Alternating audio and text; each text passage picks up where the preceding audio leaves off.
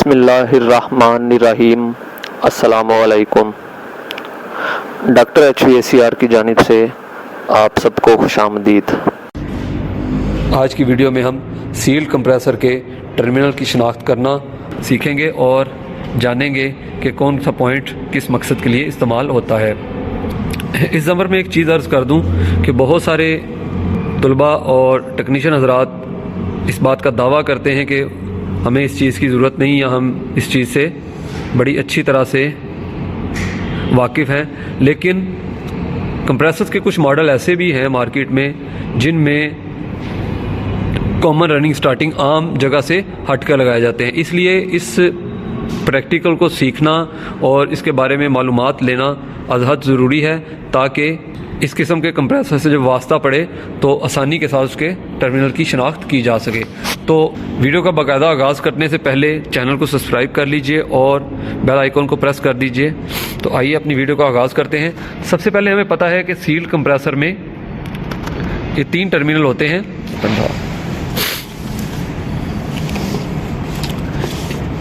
ये 1, 2 और 3।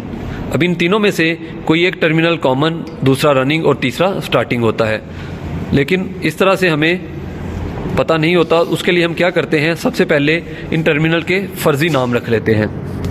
जैसे ये 3 टर्मिनल हैं, हम इनके कोई फ़र्ज़ी नाम रख लेते हैं। ये इसका नाम A रख लेते हैं, इसका नाम B रख लेते हैं और इसका नाम C रख लेते हैं।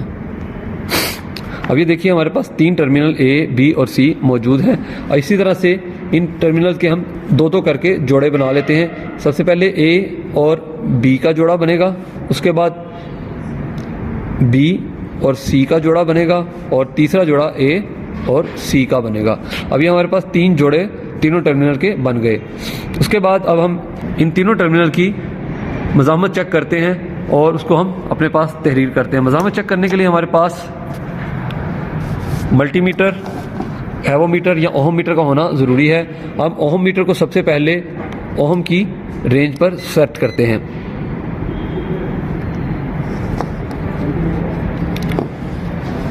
अब इसी तरीके से जिस तरह से हमने ये टर्मिनल के नाम रखे हैं, ये A है, ये B है और ये C है।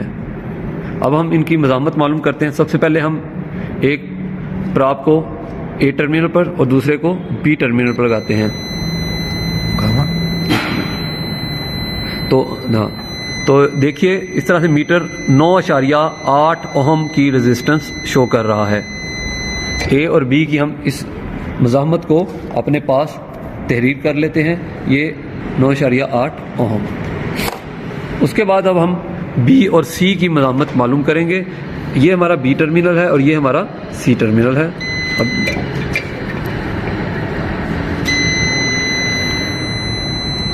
जब B और C की मज़ामत चेक की तो मीटर ने ये मज़ामत 15.9 ओहम ज़ाहिर की। अब इस मज़ामत को भी हम अपने पास तहरीर कर लेते हैं, 15.9 ओहम। उसके बाद अब हम तीसरे जोड़े यानी A और C की मज़ामत मालूम करते हैं। तो देखिए ये हमारे पास 6.8 ओहम मज़ामत आई। अब इसे हम अपने पास 6.8 ओहम मज़ामत तहरीर कर लेते हैं। तीनों जोड़ों की मज़ामतें निकालने के बाद अब इन टर्मिनल की शनाख्त करने का मरहला आता है। शनाख्त करने से पहले इन मज़ामतों का आपस में मुआजना किया जाता है। उसके लिए हम ये देखते हैं कि किस जोड़े की मज़ामत सबसे ज़्यादा है। तो हमने ये देखा कि हमारे पास B और C की मज़ामत सबसे ज़्यादा आई। जिस जोड़े की मज़ामत सबसे ज़्यादा आई, इनमें से एक टर्मिनल रनिंग है, दूसरा स्टार्टिंग है, जबकि तीसरा बच जाने वाला टर्मिनल कॉमन टर्मिनल होता है। इसका मतलब ये हुआ कि A हमारे पास बच गया है, तो A हमारा कॉमन टर्मिनल है। A कॉमन टर्मिनल, लेकिन अभी बात यहाँ पे ख़त्म नहीं होगी क्योंकि हमने इसमें से रनिंग और स्टार्टिंग को भी अलग अलग करना है। तो अब हमने ये देखना है कि A के साथ यानी कॉमन के साथ किस टर्मिनल की मज़ामत ज़्यादा है और किसकी मज़ामत कम है।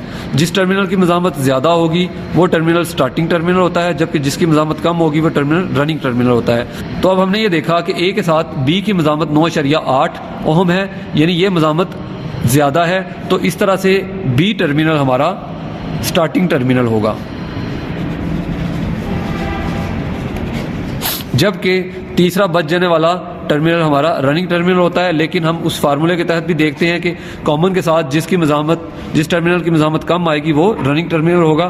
तो कॉमन के साथ हमारे पास सी टर्मिनल की मज़ामत कम आई बी की निस्बत, लिहाजा सी हमारा रनिंग टर्मिनल है।